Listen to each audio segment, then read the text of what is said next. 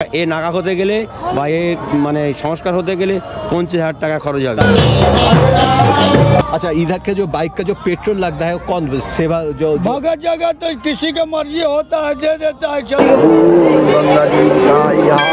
हम लोग प्रयागराज से लौटे और त्रिवेणी गए थे। त्रिवेणी सभी पुण्यार्थियों का हार्दिक स्वागत है। प्राय 5 लाखेर ऊपरे প্রয়াগরাজে যাওয়া আর এখানে আসা একই। এই ত্রিবেণীতে স্নানের প্রচলনটা কিন্তু আজ থেকে প্রায় 700 বছর আগে হয়েছিল। জীবনে কোনো বিশেষ তিথিতে গঙ্গায় স্নান করার ইচ্ছে আমার কোনোদিনই জাগেনি। হয়তো সেই ইচ্ছে না জাগার কারণেই আমার মতন ছোট বড় মেজো সব ব্লগাররা প্রয়াগরাজে চলে গেলেও আমি এখনো যাইনি। কিন্তু কুম্ভ যখন ঘরের পাশে এসে উপস্থিত হয় তখন তো তাকে আর উপেক্ষা করা যায় না। আমিও পারলাম না, তবে ঠিক স্নান করার উদ্দেশ্যে নয়, মানুষের মিলন মেলা দেখব বলেই বেরিয়ে পড়া। শাহী স্নানের পরের দিনই বেরিয়ে পড়লাম সেই মিলন মেলার ফ্লেভার নেব বলে। দেখা হয় নাই চক্ষু মেলিয়া, ঘর হতে শুধু দুপা ফেলিয়া, একটি ধানের শীষের ওপর একটি শিশির বিন্দু। সেই শিশির বিন্দুর খোঁজেই আজ আমি অনুকুম্ভেতে যাচ্ছি ত্রিবেণীতে।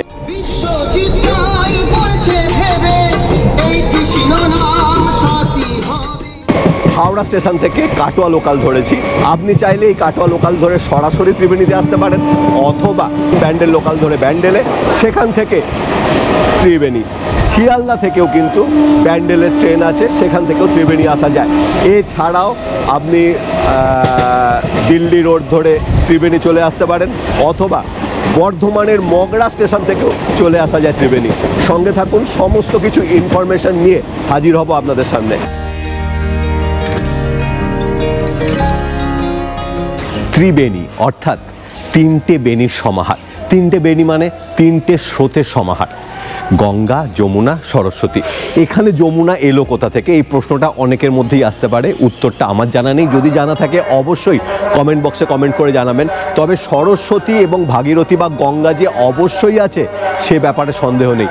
সেই ত্রিবেণী সঙ্গমে অনুকুম্ভের সন্ধানে আজকে আমি চলে এসেছি ত্রিবেণী স্টেশনে। এখান থেকে যাব সপ্তর্ষিঘাট, তারপর কি কি হয় সমস্ত কিছু আপডেট আপনাদের জন্য জারি থাকবে। সঙ্গে চলুন।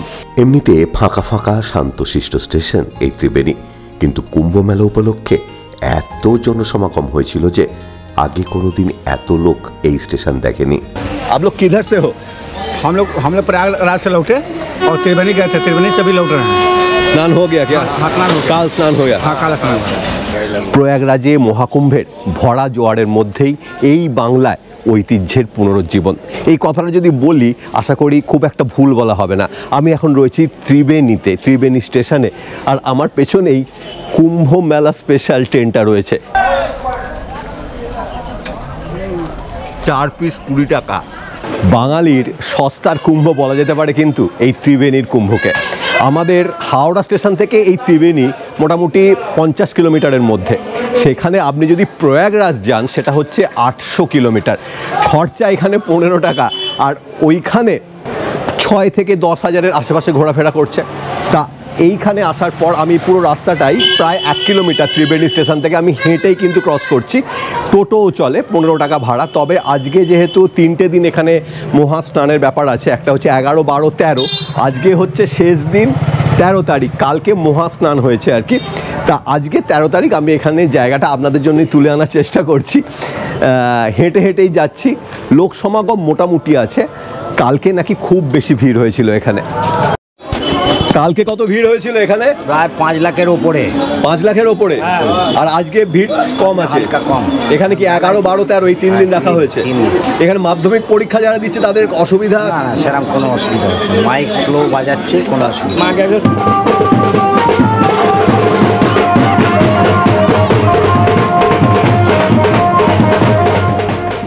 চলতি পথে পড়বে এলাকার খুবই জাগ্রত বেণী মাধবের মন্দির। 7খানা শিব মন্দির রয়েছে এই চত্বরে। কথিত আছে এই মন্দির সংক্রান্ত একটি ব্যাপারে কোর্ট কাছারির সময় স্বয়ং বেণী মাধব নাকি হাইকোর্টে উপস্থিত হয়ে সাক্ষ্য দিয়েছিলেন।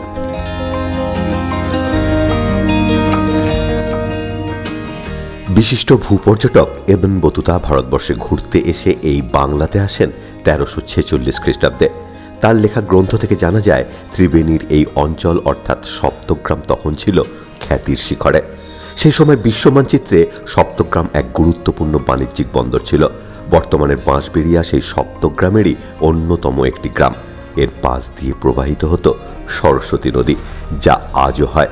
কিন্তু কালক্রমে সরস্বতী শুকিয়ে যেতে থাকে আর সপ্তগ্রামও হারিয়ে ফেলে তার গৌরব। ঐতিহাসিকরা বলেন সরস্বতী নদী যদি তার পুরনো মহিমাতে থাকত তাহলে আজকের কলকাতা হয়তো স্থাপিত হতো এই এলাকাতেই।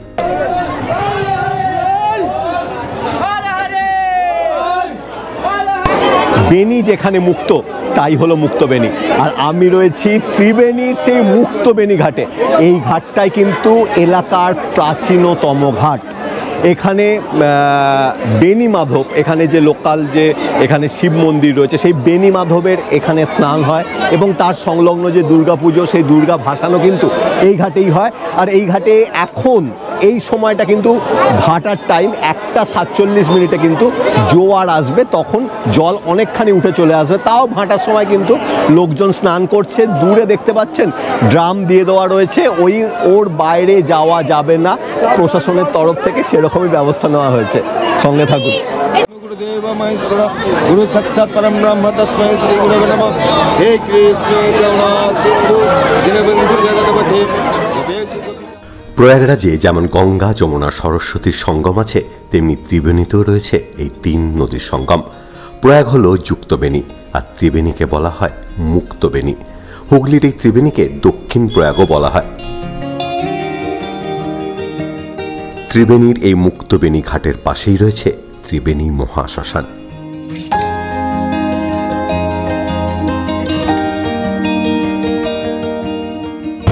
ত্রিবেণী যে মহাশ্মশান ঠিক আমার পেছনেই, আর তার ঠিক পাশ দিয়ে যে একটা গদি বেরিয়ে চলে গেছে, এই দিকটা দিয়ে গেলে আপনি খুঁজে পাবেন 800 বছর আগের বাংলা সাহিত্যের এক অজানা রহস্যের খোঁজ। মনসামঙ্গলের কাহিনী বেশিরভাগ বাঙালিরই জানা, তা আলাদা করে বলার প্রয়োজন নেই। কিন্তু জানেন কি, লক্ষিন্দরকে নিয়ে বেহুলার ভেলা ঠিক এই জায়গাতে এসেই ভিড়েছিল। এখানেই রয়েছে নিতাই ধোপানির ঘাট। এই নিত্য ধোপানি ঘাট ওটা, এখানে বেহুলা লক্ষিন্দরে পাটা ভেলা এসে থাকে। আর এই ঘাটে এইখানেই দেবদেবীদের কাপড় কাচা হতো, বহু পুরনো। সেই কাপড় কাচার জায়গাটা কোথায় রাখা আছে? সেই কাপড় কাচার জায়গাটা কোথায় আছে? তো মঙ্গল কাব্যের গল্প, সেই কাপড় কাচার জায়গাটা কোথায় রাখা আছে? পাটাটা এই উপরে। আচ্ছা, পাটাটা এই উপরে আছে দোতলায়, তখন একদম চড়া পড়ে, তারপর ওইটা ওইখানে নিয়ে যাওয়া হয়। আচ্ছা, আমি আর বেশি ভেতরে ঢুকছি না। এই ত্রিবেণী শ্মশান ঘাটের ঠিক পেছন দিকটাই নেতা ধোপানির ঘাট। সেই ঘাটের পেছন দিকটা দেখতে পাচ্ছেন বাঁশের কঞ্চি পোঁতা রয়েছে।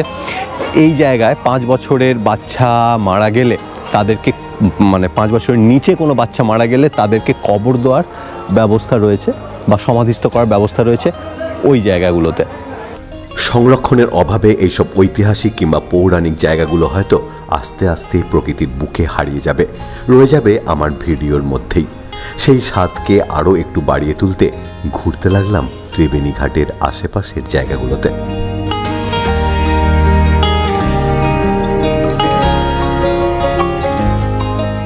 আমার পেছনে রয়েছে সরস্বতী, আর এই দিকে রয়েছে ভাগীরথী, আর যমুনা হচ্ছে অন্তঃসলীলা। এই নিয়েই ত্রিবেণীর কুম্ভ। হরে হরে হরে রাম।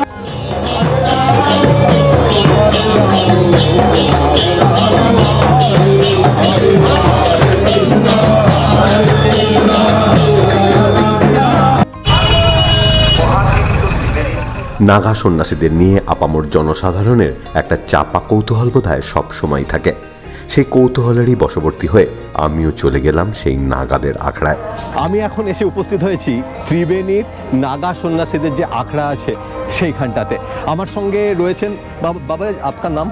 जमातिया मोहन छोटूगिरी नागा बाबा भगवा मोटरसाइकिल। ইনি মোটর সাইকেলে করে কিন্তু পুরো ঘোরেন, বিভিন্ন জায়গা বা বিভিন্ন তীর্থস্থানগুলো ঘোরেন। আপ কিধার সে আয়ে বাবা? मैं जम्मू कश्मीर से गुजरात गया, गुजरात से प्रयाग गया, प्रयाग से काशी, काशी से त्रिवेणी घाट, हुगली जिला में आया हूँ। হুগলিতে এসেছেন ত্রিবেণী घाटे स्नान पिछले कल स्नान किया इधर। हाँ जी, अच्छा शाही स्नान मैं बनाया। अच्छा इधर से कुंभ में कब स्नान किया आप? कुंभ में 14 जनवरी और 29 जनवरी 3 फरवरी, इसके बाद 5 तारीख का चला वहाँ से। अच्छा इधर के जो बाइक का जो पेट्रोल लगता है कौन सेवा जो भगत जगह तो किसी का मर्जी होता है दे देता है, चलते रहता हूँ। चलता आपका सागरेद है ये? हाँ जी, संगे नहीं, वो चेली है अखाड़े द्वारी। अच्छा अखाड़े का नागा बाबा के चेली है। अच्छा अच्छा आप इधर का मेला आपका कैसा लगता है बोलिए? माहौल तो बढ़िया है। हाँ। सरकार की बढ़िया व्यवस्था है। अच्छा कोई परेशानी है ही नहीं। কোনো মানে কোনো খুব সুন্দরভাবে এই মেলা আয়োজন করা হচ্ছে এবং উনি এটা বলছেন এবং এখানে এসে উনি কালকে স্নান করেছেন এবং 14 জানুয়ারি কিন্তু কুম্ভতে মানে প্রয়াগরাজে স্নান করে তবে এখানে এসেছেন এবং সমস্ত কিছুই কিন্তু উনি এই বাইকে করে করেন। সঙ্গে থাকুন, দেখতে থাকুন ঘুরতে ফিরতে। তুমি কোথায় কোথায় ঘুরলে? আমি কামাখ্যা গেছি, হ্যাঁ, আর সাগর আর কোথাও যাইনি। মহাদেব এর ভিতরেই আছে। আচ্ছা এখানে সবকিছু পাওয়া যাচ্ছে তোমাদের যেগুলো দরকার হয়? সেবা খুব সম্পূর্ণ ভালো হয়েছে। আচ্ছা সেই সময় বৌদ্ধ ধর্মের মতবাদের বিরুদ্ধে সনাতন শাশ্বত হিন্দু ধর্মের পুনঃপ্রতিষ্ঠাকল্পে ধর্মযুদ্ধে অবতীর্ণ হয়েছিলেন জগৎগুরু শঙ্করাচার্য। ভারতের নানা স্থানে তিনি শিব মন্দির আর মঠ প্রতিষ্ঠা করে গেছেন। কোনো এক দেশকে রক্ষা করতে যেমন পুলিশ কিংবা সেনাবাহিনীর প্রয়োজন হয়, সেরকম সনাতনী হিন্দু ধর্মের সুরক্ষার জন্য শঙ্করাচার্য তৈরি করেন নাগা সেনানী বা নাগা সন্ন্যাসী। আমি এখন রয়েছি নাগা সন্ন্যাসীদের আখড়ায়। তা এই জায়গাটায় প্রচুর এরকম নাগা সন্ন্যাসী রয়েছেন, প্রায় 50-60 জন তো রয়েছেনই। आप लोग कितने हैं इधर? इधर मतलब इधर এটা পুরো নাগা সন্ন্যাসী আছে। কজন আছেন তাও? সম্ভব নয়, এই মাথা থেকে আর এ পর্যন্ত। হ্যাঁ, সবাই তো দেখছি বাংলা ভালো বলতে পারে। হ্যাঁ হ্যাঁ, কি মানে কি এখানে কি বাঙালি নাগা সন্ন্যাসী বেশি আছে? হ্যাঁ হ্যাঁ হ্যাঁ হ্যাঁ, মানে যারা নাগা সন্ন্যাসী বিভিন্ন জায়গা তো যায় ওরা। হ্যাঁ, ওরা সব রকম ভাষা শিখে গেছে, হিন্দি বলতে পারে। আপনি এত ভালো বাংলা বলছেন, আপনি বাংলা কোথায় থাকেন? আমি সুন্দরবনে আমার বাড়ি। সুন্দরবনের বাড়ি। তাই এই মানে এইখানে ঢুকলেন কিভাবে? এইভাবে ঢুকেছি আমি, ধরো 40-42 বছর সাধন ভজন করি, রুগীপত্র সমাজসেবাগুলো কাজকর্ম করি। এবার এবছর আমি সংস্কার হয়েছি। হ্যাঁ, গঙ্গাসাগর থেকে কুম্ভ মেলায় নিমন্ত্রণ পেয়ে এখানে এসেছি। আপনার গুরুদেবের নাম কি? নারায়ণগিরি। তা এই লাইনে এই নাগা লাইনে এই লাইনে আপনাকে সংস্কার করতে গিয়ে কি করতে হয়েছিল? সংস্কার করতে কত করে কিছু দিতে হয়েছে। হ্যাঁ, পয়সা করে দিতে হয়েছে। আচ্ছা, কত পয়সা দিতে হয়েছে সেটা বলা যাবে না। আচ্ছা আচ্ছা, আর দৈহিক ভাবে মানে নাগাদের সংস্কার হতে গেলে 2400-2200 টাকা খরচ হয়, কিন্তু অনেক কাজে ভড়কি মেরে ও 4000, 20, 50, 1 লাখ টাকা মতো নিয়ে নেয়। হ্যাঁ, মানে যার হেফাজতে যাচ্ছি আমি, বা তুমি যখন আমার হেফাজতে যাচ্ছ, আমি বললাম ভাই এ নাগা হতে গেলে বা মানে সংস্কার হতে গেলে 50,000 টাকা খরচ হবে। সংস্কার হতে গেলে দৈহিক সংস্কার কি করতে হয়? দৈহিক সংস্কার বলতে মানে 24 থেকে 42 ঘন্টা মতন ওদের মধ্যে তপ জবে থাকবে। এছাড়া জননাঙ্গে বিভিন্ন রকম ঘটনা ঘটানো হয়। হ্যাঁ হ্যাঁ হ্যাঁ হ্যাঁ হ্যাঁ, সেসব কিছু করা হয়। হ্যাঁ, 3 বার টান দেবে। 3 বার টান দেবে? পুরো কি আংটা দিয়ে ভেতর দিয়ে কিছু? আংটা দিয়ে না, হাত দিয়ে ওরা টান দেবে। আচ্ছা, ওটা কি ওই মোহর আপনার যে গুরুদেব উনি করেন? না না না, ওরা মানে আমাদের যে নাগা সন্ন্যাসী যখন হচ্ছে আমরা, আমাদের মানে গুরু 6-7 জন হবে। আচ্ছা, ওই যে টানবে ও হচ্ছে নাগা। আচ্ছা, ও একজন গুরু। এবার যে চটি কাটবে, একটা চটি থাকবে, টিকি থাকবে, সেটা যে কাটবে সে হচ্ছে চটি গুরু। তাহলে আপনার এটা কোথায় হয়েছে? ওই তো কুম্ভ মেলাতে। এবারেই হয়েছে। তার মানে এবারই আপনি সংস্কার হলেন। আমার বয়স 62 বছর, আমি সবই সংস্কার হয়েছি। তাহলে এতদিন পর্যন্ত সেবামূলক কাজ করেছে? হ্যাঁ, প্রচুর। আপনার বাড়িতে স্ত্রী বাচ্চা আছে? সবই আছে, আমার মন্দির আছে, আশ্রম আছে। তা আপনি যখন এই কমিউনিটির মধ্যে আসেন তখনই কি আপনাকে এই ড্রেস পরিধান করতে হয় নাকি অন্য সময় আপনি এরকম? না, আমি যখন নাগা হয়েছি এবারে মানে সমাজের মধ্যে যখন ঢুকবেন তখন আপনাকে ড্রেস পরতে হবে, একটু ড্রেস করতে হবে, হালকা ড্রেস। আর এদের মধ্যে যখন থাকবেন একদম উলঙ্গ। আচ্ছা, থ্যাংক ইউ। ঠিক আছে, আপনার নামটা বলুন। আমার নাম তাপসগিরি। হ্যাঁ, জোরসে বলিয়ে জয় জয় মহাদেব। নাগাদের আখড়া থেকে একটা টোটো ধরে নিলাম, চললাম সপ্তর্ষি ঘাট। তোমার নামটা কি গো? রঞ্জিত সাহা। রঞ্জিত সাহা। তা এই 3 দিন ধরে তোমাদের কিছু কি এক্সট্রা ইনকাম হলো? হ্যাঁ, ইনকাম হয়েছে টোটাল। হ্যাঁ হয়েছে। হয়েছে, মানে অন্য সময় যা হয় তার থেকে বেশি, অনেক বেশি হয়েছে। এলাকার লোকের উপকার হয়েছে। হ্যাঁ, এলাকার উপরে যারা টোটোওয়ালারা তারা 3-4 হাজার টাকা করে কামিয়েছে। আচ্ছা, প্রতিদিন টোটোওয়ালারা 3-4 হাজার টাকা করে কামিয়েছে। আপনাদের সহযোগিতার জন্য বাঁশবেড়িয়া পৌরসভা ও হুগলি জেলা প্রশাসন। আমি এখন দাঁড়িয়ে রয়েছি সপ্তর্ষি ঘাটে। এখানেও কিন্তু প্রচুর লোক চান করছে, বলা ভালো এখানেই লোকে বেশি চান করছে। কারণ আমি যখন ওই বেণীমাধব ঘাটের ওদিকে গিয়েছিলাম তখন আমি দেখলাম ওইখানে কিন্তু জায়গাটা সরু হওয়ার জন্য প্রশাসন ওখানে অত বেশি লোককে স্নান করার ব্যবস্থা করছে না। বাট এইখানে এই জায়গাটায় দেখুন ভর্তি লোকে স্নান করছে একদম। আর এই জায়গাটা কিন্তু অনেকখানি চওড়া এবং স্নান করারও খুবই উপযোগী। পৌরাণিক আখ্যান অনুযায়ী সমুদ্র মন্থনের পর যে অমৃত উঠেছিল তার 4টে ফোঁটা পড়েছিল প্রয়াগরাজ, হরিদ্বার, নাসিক এবং উজ্জয়িনীতে। এই 4 জায়গাতেই 12 বছর অন্তর কুম্ভ মেলার আয়োজন হয়। কিন্তু এই কুম্ভ মেলার বিভিন্ন অনুষঙ্গ যেসব মেলাগুলোতে ছড়িয়ে থাকে তাদেরকে বলা হয় অনুকুম্ভ। তাদের মধ্যে অন্যতম হচ্ছে হুগলি জেলার এই ত্রিবেণী সঙ্গম। এখানে স্নানের ইতিহাস প্রায় 700 বছরেরও বেশি পুরনো। মকর সংক্রান্তিতে গঙ্গাসাগর থেকে স্নান সেরে ফেরার পথে সাধু সন্ন্যাসীরা এই ত্রিবেণীতে বিশ্রাম নিতেন। সেই সময় মাঘ সংক্রান্তিতে ত্রিবেণী হয়ে উঠত মহাকুম্ভ। কুম্ভ মেলা হচ্ছে প্রয়াগরাজে আর আমি স্নান করছি ত্রিবেণীতে। এই ত্রিবেণীতে স্নানের প্রচলনটা কিন্তু আজ থেকে প্রায় 700 বছর আগে হয়েছিল। 700 বছর আগে তখন গঙ্গাসাগর থেকে স্নান করে সাধু সন্তরা এইখানে চলে আসতেন, এইখানে স্নান করতেন। কিন্তু এইটা যে সালের কথা বলছি সেটা 1298 সালের আশেপাশের কথা বলছি। তারপর ভারতবর্ষ চলে যায় আস্তে আস্তে সুলতানেদের হাতে। সেখান থেকে মোগলদের, তারপর ইংরেজ, তারপর ভারত স্বাধীন হয়। এই করে 700 বছর পেরিয়ে গেছে, কিন্তু এই স্নান যাত্রাটা আস্তে আস্তে বন্ধ হয়ে যায়। এরপর বিগত এই 4-5 বছর ধরে এখানে আবার সেই স্নান যাত্রাটা শুরু হয়েছে এবং এই মহাকুম্ভের অর্থাৎ প্রয়াগরাজের মহাকুম্ভের হাত ধরে কিন্তু এবছর এই স্নান যাত্রা অনেক বড় আকার ধারণ করলো।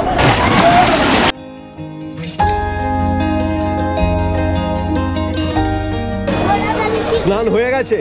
হ্যাঁ।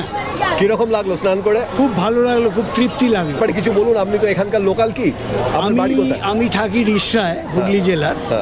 এবং সব থেকে যেটা বড় কথা, আজকে কোটি কোটি মানুষ মানে কুম্ভের সন্ধানে, বিশেষ করে স্নানের জন্যে প্রয়াগরাজে গেছেন। তো আমি মনে করি আজকে মানে এখানে ত্রিবেণীর সঙ্গমে হুগলি জেলায় যে শাহী স্নানের আয়োজন হয়েছে, সেই শাহী স্নানের আয়োজন প্রয়াগরাজের যাওয়া আর এখানে আসা একই। এবং আজ থেকে 1000 বছর আগে অরিজিনালি এই ত্রিবেণী সঙ্গমেই সাধু মহারাজরা সব এই ধরনের স্নান শুরু করেছিলেন। আচ্ছা, আপনারা তো এখানকার লোকাল লোক, তা আপনাদের এখানে এই এত জনসমাগমে হঠাৎ করে প্রবলেম হচ্ছে না? কোনো প্রবলেম নেই, আরও আমাদের উৎসাহ বেড়ে গেছে এই ব্যাপারে। আচ্ছা, প্রচণ্ড উৎসাহ বেড়ে গেছে এবং আমাদের বুকের পাঁজর আরও বেড়ে গেছে, এই হচ্ছে কথা। কিন্তু এখানে যে ঘাটগুলো সংস্কার হওয়ার কথা, ভালো করে তৈরি হওয়ার কথা, সেগুলো তো আমি দেখতে পেলাম না সেরকম কিছু। হ্যাঁ, সেটাই, আমরাও এর জন্য দুঃখিত, প্রচণ্ড দুঃখিত আমরা প্রাণের দিক দিয়ে, মনের দিক দিয়ে, যে এই ঘাটগুলো যাতে সংস্কার হয় তাড়াতাড়ি এবং রোডটা হয়, পুরনো ওদিকে যে ঘাট আছে সেটার সঙ্গে সংযোজন যাতে হয় তাড়াতাড়ি, আমরা এটা দেখতে চাই। সত্যি বলতে স্নান করার পর প্রচণ্ড খিদে পেয়ে গিয়েছিল। চলে এলাম বাস স্ট্যান্ড সংলগ্ন একটা রেস্টুরেন্টে।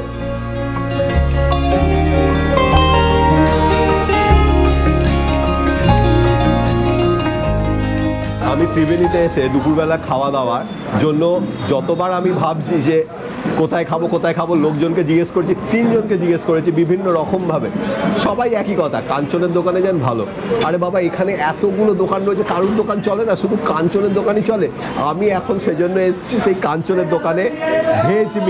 ভেজ মিল হচ্ছে 50 টাকা, ডাল আছে, একটা ঘ্যাঁট মতন রয়েছে, আলু ভাজা রয়েছে, পাঁপড় রয়েছে চাটনির জন্য, আর একটা বড়া টাইপের রয়েছে। এছাড়া মাছ, মাংস, ডিম আছে। ওগুলো যদি আলাদাভাবে নিতে চান তাহলে আলাদা তার রেট। শেষ হলো আমার তীর্থযাত্রা। সেই একইভাবে ফেরার পালা। পরের পর্ব থেকে আবার ঢুকে পড়ব কেরল সিরিজে। এবার আমার গন্তব্য কেরলের রাজধানী থিরুভানন্তপুরম। সেখানে পদ্মনাভস্বামী টেম্পল, কোভালাম বিচ এবং অবশ্যই ব্যাকওয়াটার পুভার। এই ভিডিওটা কেমন লাগলো সেটা জানাতে কিন্তু অবশ্যই ভুলবেন না। ভালো লাগলে সাবস্ক্রাইব অল বাটনটা প্রেস করে দেবেন। আবার দেখা হবে সামনের পর্বে। ধন্যবাদ।